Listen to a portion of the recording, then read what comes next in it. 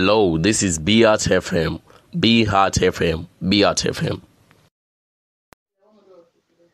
Ego turabaramukije kandi muri kino gitondo ciza Imana itwongeye muri kumwe na Patrick Karusho mwene data kugira tuganire kandi muri umwe mwanya w'ikiganiro Guhimbaza Imana tuganire ku ijambo ry'Imana. Twaraganiriye ko ijambo ry'Imana mu buzima ru Kristo ari ijambo ari kintu fondamentale ari go rufatiro. Mu Kristo atagira ijambo ry'Imana ntaba afise ingene yobadirije. Kuvuga ijambo ry'Imana niryo ritumbereza niwo muco w'ibirenge byacu aho donyoza ikirenge turongorwa n'ijambo ry'Imana. Tugomba tuganire no munsi ku buryo bwiza bwo gusenga, uburyo bwiza bwo gusenga. Abantu benshi basenga bidodombera Imana, abantu basenga benshi biganyira, ariko gamani ibi bintu wewe ubona ndimwo ubibona gute? Ibi bintu ndimwo ubibona gute? Ariko suko ijambo ry'Imana riravuga Yesu yabwiye ngo ico muzosaba cyose mu izina ryanje muzokironka.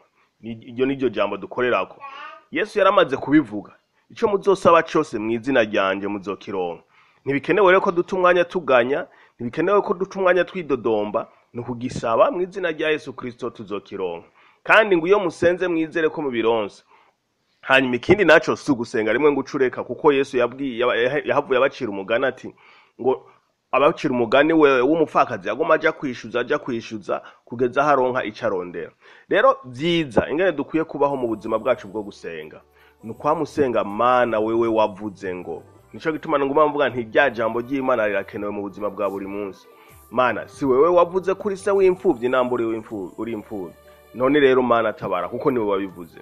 Mana si wewe wavuze yuko imishishagu yawe ari ya Kristo ari idukiza. None rabi ingwara yanse guhera. Mana si wowe wavuze yuko uzotugira umutwe tutazoba umurizo. None raba ngaha kwishure biriko biranka. Mana si wowe wavuze yuko uzoduhezagira ibintu nk'ivyo ukavuga rya jambo ry'Imana uri kurasenga watura ya majambo y'Imana gushinga intaye nk'akarorero nk'ubu nkabandi muri situation igoye mu gitabo c'ingenzi hariho uwitwa umukristo yageze ahantu hagoye mu mwonga ikintu yakoresheje yumva n'abandi bari muri uwo mwonga ikigwanisha bakoresha nticari kindi bagenda badeclara c'est que la parole de Dieu dit bagenda basemera bavuga ati ijambo ry'Imana rivuga uku naho noca mu mwonga w'igitutu cy'urupfu ntaco nzoba. Bagenda basemera iryo jambo rivuze meme le diable satani nawe nyine acagutinya kuko acavuga ati uyu muntu arashinze imizi. Igihe Yesu yari mu bugaragwa ari karageragezwa satani akamubwira ati kora iki, acavuga ati handitswe ngo, agasubira ati gira ibi nibi handitswe ngo. Nukuvuga ko meme Jesus yari karatwereka karoro yuko muri situation iyo ari yo yose woca mu kageragezwa ibuka ijambo ry'Imana rivuga kuri iyo situation. Nkuko twabivuze ijambo ry'Imana rirafise ico rivuga kuri buri situation uzoburimwo nk'umwana w'Imana. Rero isituation yose urugezemwo senga uvugira Imana ati Mana ndazi yuko wavuze ngo. Nico gituma nizeye ko ni situation nzoyivamwo. Wavuze ngo uhoraho niwe mungere wanje sinzokena. Wavuze ati hahirwa abantu batagendera mu nama z'ababi, ngo umuntu atagendera mu nama azoba nk'igiti gitewe hafi y'imigezi y'amazi. Mu gihe ubonye ko mu bugaragwa uri muri situation umenga uri mu bugaragwa ukamengura ahantu atagivuga ubwo ati ndi igiti gitewe hafi y'imigezi y'amazi, ibyo kuma ntibibaho. Ni kuvuga situation yose uzokwa murimwo nk'umwana w'Imana senga. Mwibarabara uri kuragenda biroroshe kugenda urasita ijambo ry'Imana. Uhoraho niwe mungere wanje ntaco nzoba, andi bavyagiza mu canya cy'ubwatsi butotaye ndongoro hande y'amazi adasuma. Uri mwibarabara ni kuvuga uri kuradeclarer iryo jambo ry'Imana. Meme le monde spirituel iramenya, le monde spirituel iramenya ibyo ari byo. Le monde spirituel ni kuvuga nimwe mu mbizo mu kirere zimwe tunigana zirovuga ati uyu muntu ni dangereux su wari we wese. Ni kuvuga plus udeclare ijambo ry'Imana plus uduga. Uri kurasenga rero senga uduze ijambo ry'Imana, senga udeclare icyo Imana yakuvuzeko, senga wizeye apana gusenga n'ubwoba. Rero igituma navuze nti dusenge tuvuga ijambo ry'Imana nkugira dusenge twizeye ubwoba buhave. Rero ubwoba buhavuye no kuvuga uzobu uri assuré kw'intsinzi ari gwawe. Ubwoba buhavuye uzobu uri assuré kw'intsinzi ari gwawe kuko naye handi usenza atakwizera nta kivamwe. Rero tubeho dusenga twizeye, dusenga tuvukoreye ku ijambo ry'Imana. Gusenga wizeye nivyo, gusenga wizeye no kuvuga gusenga wisunze iki jambo ry'Imana rivuga. Hari umurimbyi yarimbye avuga ngo uwishinze ku byasezeranijwe ngo nta ngora nagira. Uwishinze ku byasezeranijwe no kuvuga uwishinze ku jambo ry'Imana pe importe situation zose yocamwo ntabwo bagira. Alors twisunga ijambo ry'Imana mu gusenga turi sûr, dusenge turi rassuré.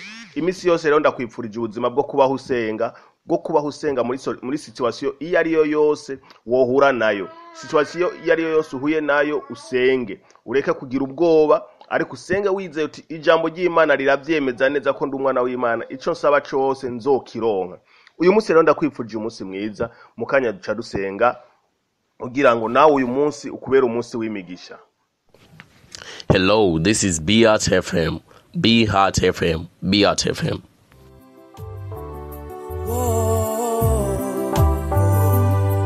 Wangiriye neza waracunguye ndagushima Yesu uri gitangaza